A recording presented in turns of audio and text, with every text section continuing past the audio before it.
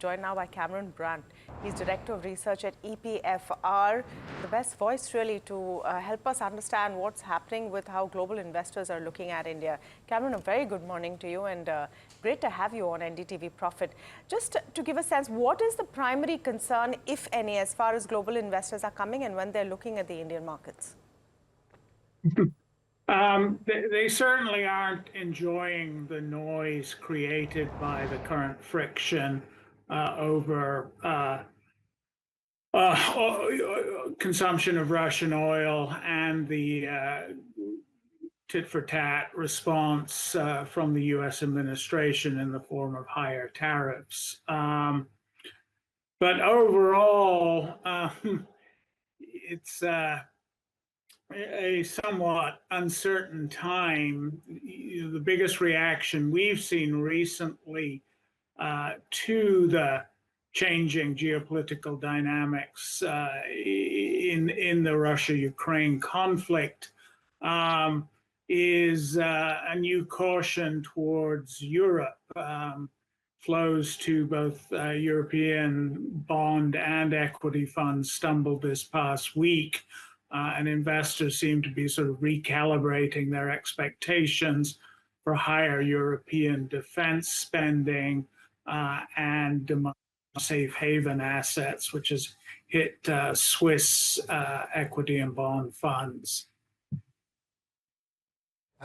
Cameron, I'm just wondering, at what point does that shift? Because this uncertainty is unlikely to go away anytime soon. And so therefore, the question is, if the US, which is showing signs, perhaps, you look at the latest jobs data, and perhaps you're going to see signs down the line of an implication of everything that's happened so far.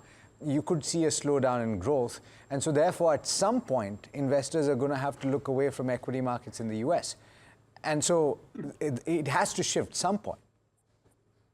Yeah, I think you're absolutely right. And as is often the case, it's what you're not what you're looking at, but what you're not looking at while you look at geopolitics. And certainly the ripple of discomfort about whether the artificial intelligence story has been pumped too high is, I think, something that you should keep an eye on. We haven't seen a particularly strong reaction in this week's flows, but if the narrative continues to get questioned, I think that could really cap enthusiasm for U.S. equities, especially given the role that the Magnificent Seven play in driving the current leg up. Cameron, you are not predictive in nature, but I would just love to understand, based on the data that you have seen over the last 3 months, while India has been at the center of it all, do you see this trend being across EMs? Because the belief was that the dollar weakness will drive flows into emerging markets. That hasn't happened, right? So is this happening across EMs, this outflows, save for specific exceptions? Good question. We have seen a definite pickup in flows to emerging markets bond funds. So to some degree, the anticipated pivot is happening. But the equity fund groups, the response has been much slower.